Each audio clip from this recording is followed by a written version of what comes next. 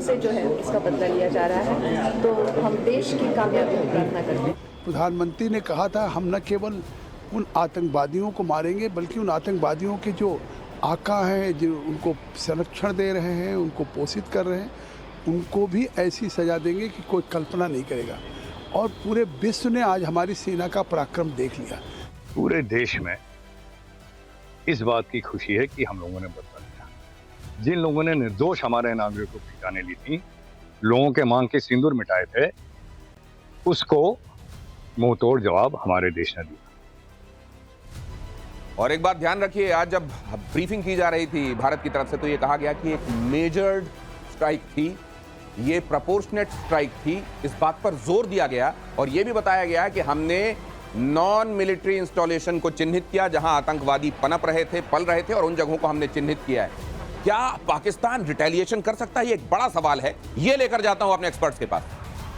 दिनेश, मैं चाहता हूं पाकिस्तान रिटेलिएशन करे। मैं बार बार सवेरे से यही कहता चला आ रहा हूं। आप तो कह रहे हैं लगातार, आप तो ताल ठोक रहे हैं कि आओ, कहां हो, लेकिन क्या उसके पास ये हिम्मत बची है? नहीं, उसको करना पड़ेगा। आसिम मुनीर की मजबूरी है। या तो बिल्कुल ही उसका मोराल टूट गया, मनोबल टूट गया, वो अलग बात है। लेकिन अगर मनोबल नहीं टूटा है तो मैं यही रिक्वेस्ट करूंगा, मैं रिक्वेस्ट करूंगा पाकिस्तान के आर्मी चीफ से कि जनरल साहब आप आइए, भारत पे अटैक की। ऐसा नहीं कि लाइन ऑफ कंट्रोल पे कोई छोटे से 4-5 केरोसिन के डब्बे पड़े इंडियन आर्मी के, वहां पे बम मार के चले गए, या कोई टेंट पे आपने मिसाइल मार दी। नहीं, जैसा हमने करा था उस लेवल का आप एक अटैक करिए। और मैं ये कहना चाहता हूं कि बगलियार डैम पे आप अटैक करिए, क्योंकि पानी रोकना is an act of war. आप ही के लोग कहते चले आ रहे हैं आप किशनगंगा पे मारिए सर, आप डिव हेडक्वार्टर पे बम मारिए, आप कुछ ऐसा करिए कि हम भी यहां पे बैठ के हिंदू थर-थर कांपे। लेकिन ख्वाजा आसिफ, कुछ हो ऐसा। लेकिन ख्वाजा आसिफ तो अभी से ये कह रहे हैं, पीके श्रीवास्तव सर, कि अगर वो और ज्यादा एस्केलेट नहीं करते तो हम एस्केलेट नहीं करेंगे।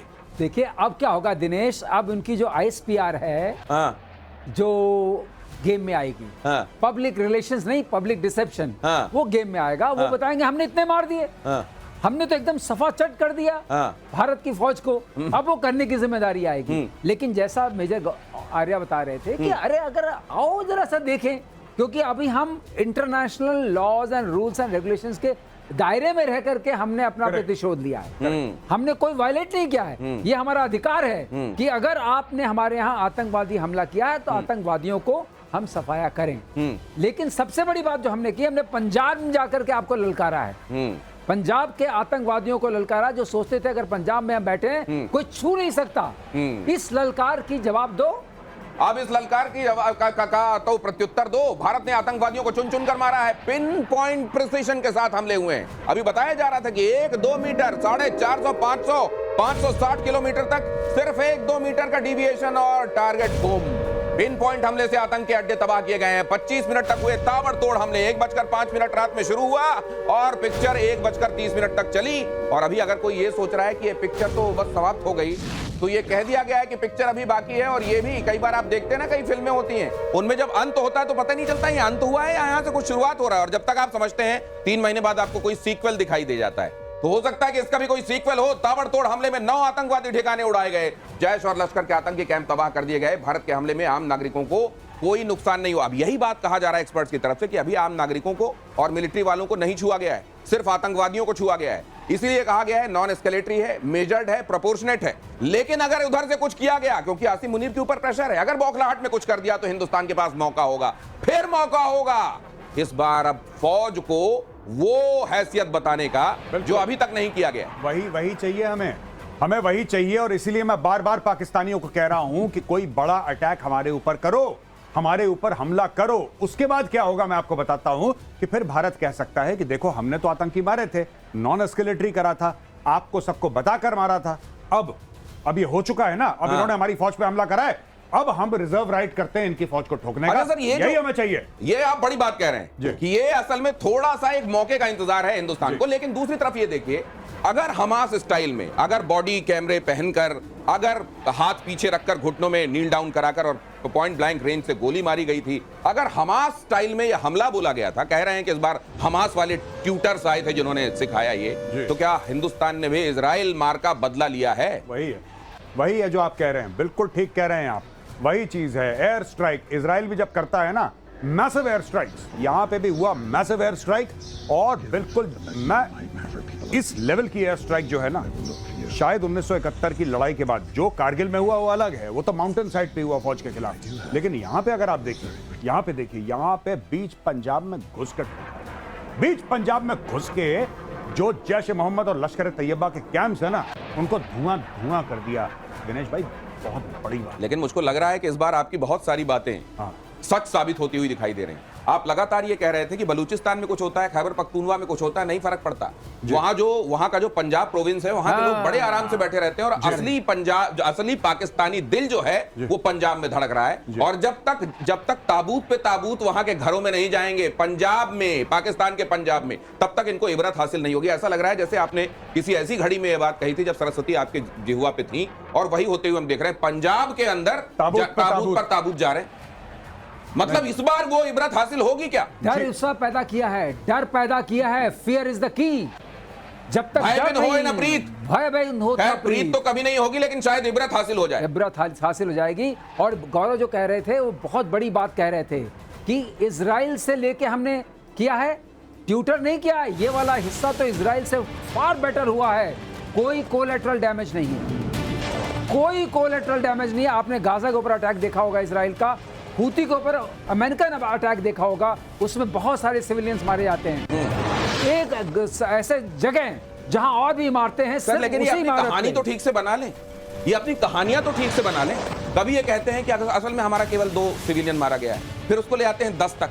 फिर कभी कहते हैं कि असल में अंदर तो महिलाएं भी थी, मस्जिद के अंदर महिलाएं, जहां पर ये जाने नहीं देते महिलाओं को, वहां पर महिलाएं थी, ये भी कह रहे हैं। कभी कह रहे हैं कि हमने उनके 5 तैयार, अच्छा इनका बोलने का टिपिकल तरीका, हमने उनके 5 तैयारे मार दिए, हमने उनके 5 तैयारी मार दिया। अगर 5 तैयारी मार दिया है तो दूसरा वाला 8 का दावे क्यों कर रहा है, और दूसरा वाला 8 के बारे में कह रहा है तो तीसरा वाला 80 के तैयारे थे वहां, ये क्यों कह रहा है? ये जो इनका टिपिकल ये जो झूठ है, कम से कम ये अपनी झूठ को आपस में ये तो कह लें कि हमने ये कहानी बनाई है, यही सब लोग कहना।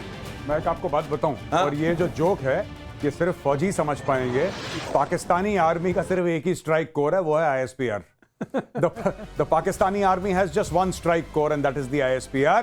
और सर ने जो अभी बात करी ना, सर ने बोला कि वो लोग एक्शन में आएंगे क्योंकि इतनी औकात नहीं है। मैं चाहता हूं कि आसिम मुनीर करे।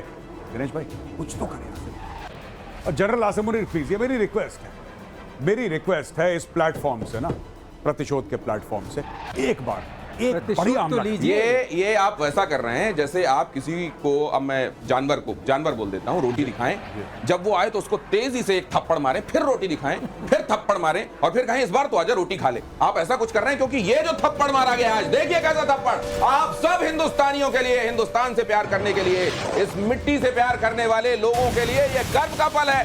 देखिए कैसे, जो गौरव आर्या कहते रहे, happy Diwali, you must be happy today even if it is not Diwali. अच्छा, he is saying it is Chhoti Diwali, तो अभी बड़ी दिवाली कब तक होने वाली है और क्या होने वाला है उसमें? जब पाकिस्तान हमला करेगा बड़ी दिवाली होगी, और मैं चाहता हूं कि आज रात कुछ ना कुछ हो जाए।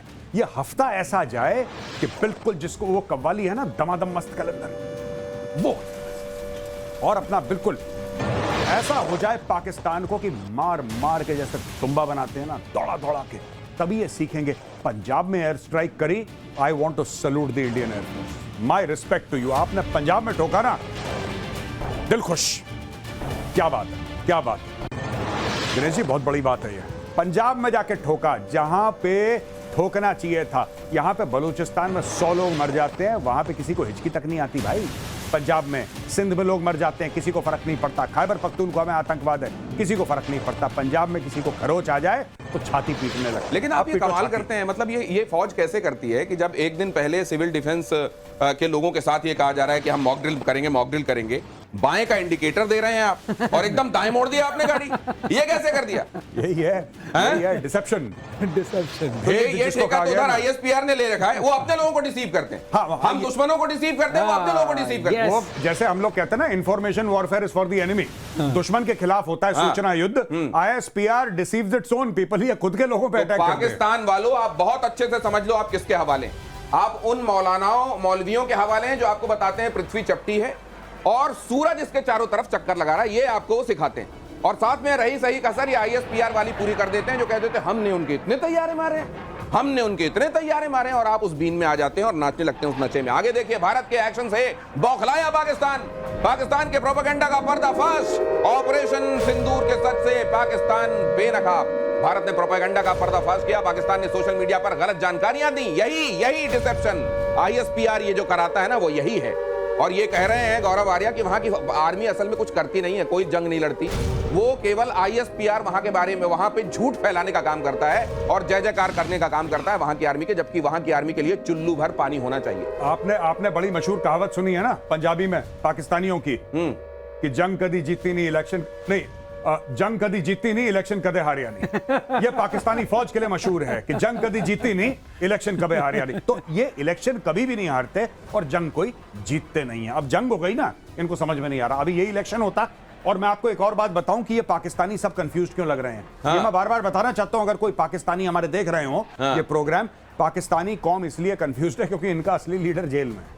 मैं आपको बता दूं, इमरान खान। अरे इमरान खान जेल में है। ये फॉर्म 47 की पैदाइश है शहबाज शरीफ, इसकी कोई इज्जत नहीं है। आपको इतना थैंक यू बोल रहे हैं ना पाकिस्तान वाले कि केवल यहीं रुक जाना महाराज, आगे कुछ मत कहना कि वो जेल में, बस यहीं, इसके आगे मत आप कुछ कह देना, इसके आगे वो बेचारे नहीं सुन पाएंगे। वैसे आज बड़े दर्द में पाकिस्तान का झूठा प्रचार देखिए, हमले के बाद पाकिस्तान का झूठा प्रचार, राफेल और मिग को मार गिराने का झूठा दावा, 4 साल पहले के हादसे की तस्वीरें जारी कर रहे हैं, सोशल मीडिया पर वायरल फर्जी एडवाइजरी, इंडियन ब्रिगेड हेडक्वार्टर तबाह करने का झूठा प्रचार कर रहे हैं। ये आप देखिए, यही कहा जा रहा है कि वहां झूठ का एक पूरा तंत्र काम करता है जो वहां के नागरिकों की आंखों में पट्टी बांधे रहता है और उनको वो दिखाता है जो हकीकत से कोसों कोसों दूर होता है।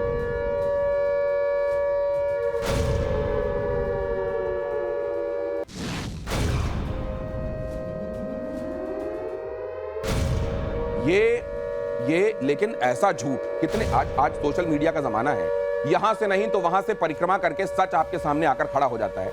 और वैसे में अपने लोगों के सामने ये झूठ फैलाना, ये कह देना कि हमने तो उनके 6 फाइटर जेट्स, जिसको वो तैयारे कहते हैं, हमने मार दिए। अब जरा देखिए, यहां देखिए झूठ और सच्चाई हम आपके सामने। सच्चाई 2 सितंबर 2024 को हुआ हादसा, राफेल मार गिराया, उस हादसे की तस्वीर, 2024 के एक हादसे की तस्वीर को इन्होंने ये बताया कि ये देखिए जो फाइटर जेट पड़ा हुआ है ना, फ्लेम्स में है, डेब्री दिखाई दे रहा है, ये असल में पाकिस्तान ने असल में क्या हुआ था, बाड़मेर में एक MiG-29 क्रैश हुआ था, जिसकी तस्वीरें तमाम जगहों पर हैं।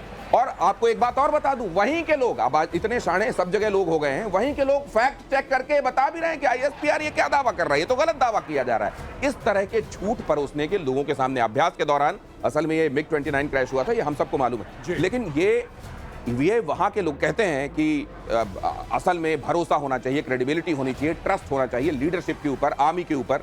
इस मामले में पाकिस्तान कहां है? इस मामले में कहां है? बिल्कुल ही नहीं है दिनेश, बिल्कुल कहीं नहीं है। आप देखिए, इन्होंने अपने एयरफोर्स का जो एडवर्टीजमेंट दिखाया था, अपने तैयारे दिखाए थे, वो वीडियो गेम था, आप ही के चैनल में चला था, वीडियो गेम दिखाया था। तो जब ये अपने को दिखाते हैं हमारे पास इतनी बड़ी एयरफोर्स है और स्पेस एयरफोर्स भी है, वहां जब झूठ बोल सकते हैं जो सामने सामने है, इन झूठों में क्या रखा है। और आजकल के ज़माने में तस्वीर कहीं की, हादसा कहीं का, लेकिन किया मैंने। अच्छा नहीं, लेकिन अगर इस तरह के किसी आदमी से आपका पाला पड़ जाए जो ऐसी हरकतें कर रहा हो जो एकदम गवारा ना हो, जो इंसानियत के खिलाफ हो, आप उसको कमरे में ले जाकर बेतरह पीटे और जब वो बाहर निकले मुस्कुराता हुआ ऐसे जिसने 8-10 रसगुल्ले खाए और एकदम पूरी मौज ले रहा है वो जीवन में, ऐसे आदमी को आप क्या कहेंगे? ये UNSC में ऐसा ही तो हुआ, जो इन्होंने सिक्योरिटी काउंसिल की मीटिंग बुलाई थी जिसमें कि 5 परमानेंट मेंबर्स थे और 10 इनके वो बाकी मेंबर्स थे नॉन परमानेंट। अंदर मार खाई, वो तो सबके सामने निकल के आया और बाहर ये ऐसे आए जैसे लगता है कि सारी जंग जीत के आ गए। तो ये तो पुरानी प्रैक्टिस है, आदत है, यही इनकी ट्रेनिंग है। आज ये जो सिंदूर, ऑपरेशन सिंदूर जो भारत ने, जाहिर है इसका नाम सोचने से लेकर इसको किस तरीके से अंजाम देना है, गजब का मेटिकुलस प्रिसीशन, बुद्धिमानी, संवेदनशीलता दिखाई है। और हमारे साथ जुड़ रही हैं शुभम द्विवेदी। आप जानते हैं पहलगाम वो भी गए थे, कश्मीर भारत का स्वर्ग देखने, लेकिन वहां पर आतंकवादियों ने जो किया वो आपको मालूम है। और उनकी पत्नी इस समय यहां पर हमारे साथ मौजूद हैं। वो दर्द तो जीवन भर का है, लेकिन आज कुछ मरहम लगा हुआ मैम आपको जरूर महसूस हो रहा होगा। बिल्कुल सर, आज कहीं ना कहीं थोड़ी शांति मन में है। और मैंने जब ये न्यूज़ देखी थी, मेरा सबसे पहला रिएक्शन यही था कि now Shubham will rest in peace, now all 26 people who have been killed, जिन्होंने बलिदान दिया इस देश के लिए, आज उनकी आत्मा को शांति मिली होगी। ये बात आप बिल्कुल सही कह रही हैं। भारत की एक टेरिटरी, भारत का एक हिस्सा, वो भारत का ऐसा हिस्सा है जहां पर जाना, लोगों का वहां पर रहकर ये बताना कि देखिए सैलानी के तौर पर आप यहां आइए, सब कुछ एकदम सुरक्षित है और आप यहां पहुंचिए, दूसरों के लिए संदेश, और इस संदेश को देने की राह में उनको अगर शहीद किया गया है तो आप बिल्कुल सही कह रही हैं, वो एक तरीके से हमारे देश के मार्टायर हैं। अब ये बात मैं समझना चाहता हूं, जब आपने सुना कि इस ऑपरेशन का नाम ऑपरेशन सिंदूर रखा गया है, लीडरशिप कहते हैं वो होनी चाहिए जो जनता के इश्यूज को लेकर, जनता के दर्द को लेकर सेंसिटिव हो, समझती हो, बिल्कुल उसी फ्रीक्वेंसी पर, उसी वेवलेंथ पर समझती हो जिसमें जनता उस दर्द को झेल रही है। आपने जब ये सुना ऑपरेशन सिंदूर नाम, आपके दिमाग में क्या आया? जी सर, पहले तो मैंने न्यूज़ देखी और उसके बाद मैंने जब ये ऑपरेशन का नाम पढ़ा तो मेरा पहला रिएक्शन ये था, मेरे फ़ोन पे स्क्रीन पे शुभम की और मेरी फ़ोटो है, वो भी शादी की फ़ोटो है, तो मैंने वो देखा एंड आई वाज क्राइंग, क्योंकि उस सिंदूर से मैं बस वही सारे फ्लैशबैक में चली गई जो 2 महीने पहले मेरी शादी हुई है। तो जितने भी रिचुअल्स होते हैं, जितनी भी चीज़ें होती हैं, because sindoor is directly related to your husband, वो आप, तो मेरे दिमाग में सिर्फ यही पूरे फ्लैशबैक, वही सारी चीज़ें, मैं बस क्राइंग, मैं बस उस फोटो को देख रही थी और मैं बस रो रही थी। ये सिंदूर नाम रख के कहीं ना कहीं माननीय नरेंद्र मोदी जी ने हम लोगों को, हम 26 औरतों को बहुत पर्सनल लेवल पे ये मैसेज दिया है कि ये आपका अकेले पर्सनल लॉस नहीं है, ये लॉस हमारा भी है। और यहाँ हमारे साथ आर्मी वेटरन्स भी मौजूद हैं। मैम, जब कोई भी नाम रखा जा सकता था, ऑपरेशन रिवेंज रखा जा सकता था, ऑपरेशन पाइथन रखा जा सकता था, 1000 तरीके होते हैं नॉमेनक्लेचर के। सिंदूर नाम रखा जाना, हर किसी ने सेंसिटिविटी की, भारत की लीडरशिप की सेंसिटिविटी की तारीफ की है। यहाँ हमारे साथ कुछ आर्मी वेटरन्स भी मौजूद हैं। मेजर गौरव आर्या मौजूद हैं, आपसे कुछ कहना चाहते हैं सर। मैम, पहले तो मैं आपको जय हिंद कहूँगा, और आप इतने धैर्य से बात कर रही हैं मैम, मैं आपको सैल्यूट करता हूं, और आपने जो बातें कही वो दिल को छू गई। और हाँ, ये बात भी है कि ये नाम देकर, ऑपरेशन सिंदूर का जो नाम दिया है, ये बड़ा पर्सनल नाम है, और आपके साथ आज पूरा देश एक देखिए, वो जो घाव था वो तो कभी नहीं जाएगा, वो तो जीवन भर रहेगा वो घाव, लेकिन आज हल्का सा लगता है कि किसी ने एक ठंडा सा मरहम लगाया है, और किसी ने ये बोला है कि हाँ ठीक है, जान गई है, लेकिन हम छोड़ेंगे नहीं जिसने गलत काम करा है, और उसका नाम देके operation Sindoor. This is a tribute to you and all the women in India. Ma'am, once again Jai Hind to you. Ma'am, और ये हम दोहराना चाहेंगे टाइम्स नाउ भारत की तरफ से, हमारे दर्शकों की तरफ से, हमारे जो गेस्ट्स यहाँ पर मौजूद हैं, पूरे देशवासियों की तरफ से, कि आप कभी अपने आप को अकेला ना समझें, हम सब आपके साथ हैं। लेकिन एक बात मैं आपसे और जानना चाहता हूँ, एक तरफ जब ये सेंसिटिविटी आप भारत की लीडरशिप में देखती हैं कि 15 दिनों के भीतर इबरतनाक सजा पाकिस्तान को मिलती है, ऑपरेशन का नाम ऑपरेशन सिंदूर रखा जाता है, एक तरफ आप ये सेंसिटिविटी देखती हैं, वहीं कुछ लोगों की ही नुमाइंदगी करने का दावा करने वाले ये कहते हैं कि हाँ ठीक है, अगर हमारी पार्टी का कोई वहाँ है तो जाएगा और उस परिवार से मिल लेगा, मैं तो उनको पर्सनली जानता नहीं। जब आप ये सुनती हैं मैम, तो क्या लगता है? फ्रैंकली स्पीकिंग, मैं ना सोशल मीडिया या मीडिया से सिर्फ जितनी देर ये मैं इंटरव्यूज़ दे रही हूँ ना, मैं बस उतनी देर कनेक्टेड हूँ। मैं अपना खुद का इंटरव्यू तक नहीं देखती हूँ, क्योंकि मुझे कोई देखने नहीं देता, मेरे घर वाले मुझे देखने ही नहीं देते, बिकॉज वो वही सारी चीज़ें सुनना, वही सारी चीज़ें जो मैं बोलती हूँ, आप लोगों से बात करती हूँ, तो ये जितनी भी स्टेटमेंट्स है, आई एम टेलिंग यू, मेरे को किसी ने बताई नहीं, मैंने न्यूज़ देखी नहीं। कल मैंने पहली बार रात में 2:30 बजे न्यूज़ देखा है टीवी पे, पहली बार, उतनी 22 अप्रैल के बाद से पहली बार मैंने टीवी देखी है कल। अच्छा, तो एक बात मैं और जानना चाहता हूँ, आप तो सीधे सीधे आपने अपने सुहाग को खोया है, पति को खोया है, लेकिन आपके घर में बाकी लोग हैं, किन्हीं के वो बेटे और किन्हीं के वो भाई थे, बाकी सबसे भी आज आपकी बात हुई होगी ऑपरेशन के बारे में, जब आपको पता चला होगा, इसके नाम के बारे में पता चला होगा, जब आपने ये देखा होगा कि 2 लेडी ऑफिसर्स सामने आईं और उन्होंने ऑपरेशन सिंदूर के बारे में पूरे देश को और दुनिया को बताया कि किस तरीके से इस ऑपरेशन को अंजाम दिया गया। ये भी इतना पहली बार हुआ कि इतने ट्रांसपेरेंट तरीके से बताया गया पूरी दुनिया को कि यहाँ पर उन लोगों को ट्रेनिंग दी गई थी जो अमुक अमुक हमले में शामिल थे, और इसलिए इन जगहों को आइडेंटिफाई करके हमने इनको टारगेट करके इनको निशाना बनाया है। आपको क्या लगा जब 2 लेडी ऑफिसर्स इस बारे में सूचना दे रही हैं? सर ये सारी सिचुएशन ना मुझे लगता नहीं कि जिस तरीके से माननीय नरेंद्र मोदी जी ने हैंडल करी कोई और कर पाता। इमोशनल और जिस तरीके से उन्हें सेंसिटिव तरीके से इसका नाम रखा है इस ऑपरेशन का, पहला। दूसरा, एक औरत का दर्द कहते एक औरत समझती है, तो ये लेडी ऑफिसर्स को जो उन्होंने खड़ा किया हमारे सामने, जिन्होंने ये पूरी चीज़ बताई, हमें ये लग रहा था कोई हमारे घर का हमें आके ये बता रहा है कि we are there for you, हम हैं खड़े आपके लिए, हमने आपके लिए बदला लिया है। ये बहुत ज़्यादा मेरे को आज लग रहा है कि ये देश, हम जितनी औरतें जिन्होंने अपने पतियों को वहाँ खोया है, उनसे बहुत पर्सनल लेवल पे अटैच्ड है, बहुत पर्सनल लेवल पे कनेक्टेड है। ये Indian officers, Indian lady female officers को खड़ा भी करके दिखाया वही कनेक्शन, और ये नाम रख के भी उन्होंने वही एक बात और चलते चलते मैं आपसे जानना चाहता हूं कि वहां आतंकवादियों ने ये कहा था कि तुमको इसलिए जीवित छोड़ रहे हैं कि तुम जाकर मोदी को बता देना। मोदी ने न सिर्फ इस स्ट्राइक को अंजाम दिया अपने नेतृत्व में, एक बड़े सेंसिटिव तरीके से इसका नाम भी सोचा उन्होंने। मैं चाहूंगा 2 लाइनें आप प्रधानमंत्री नरेंद्र मोदी के लिए भी अपनी भावनाओं का इजहार करते हुए बोले। मैं दोनों हाथ जोड़ के उन्हें बहुत बहुत धन्यवाद देती हूँ। थैंक यू, धन्यवाद, ये बहुत छोटे शब्द हैं, मैं बहुत छोटी हूँ उनको कुछ भी बोलने के लिए, बट उन्होंने ये जो भी स्ट्राइक किया है, ये कहीं ना कहीं हम लोगों को, हम जितनी भी फीमेल्स हैं जिनके हस्बैंड वहाँ पे गए हैं, उनको यकीन दिलाया है कि हम वापस से खड़े होके वापस उसी कॉन्फिडेंस से, जिस कॉन्फिडेंस से हमारे हस्बैंड्स ने वहाँ बोला था कि वो हिंदू हैं, हम उस कॉन्फिडेंस से वापस खड़े होके बोल पाए कि हम हिंदू हैं।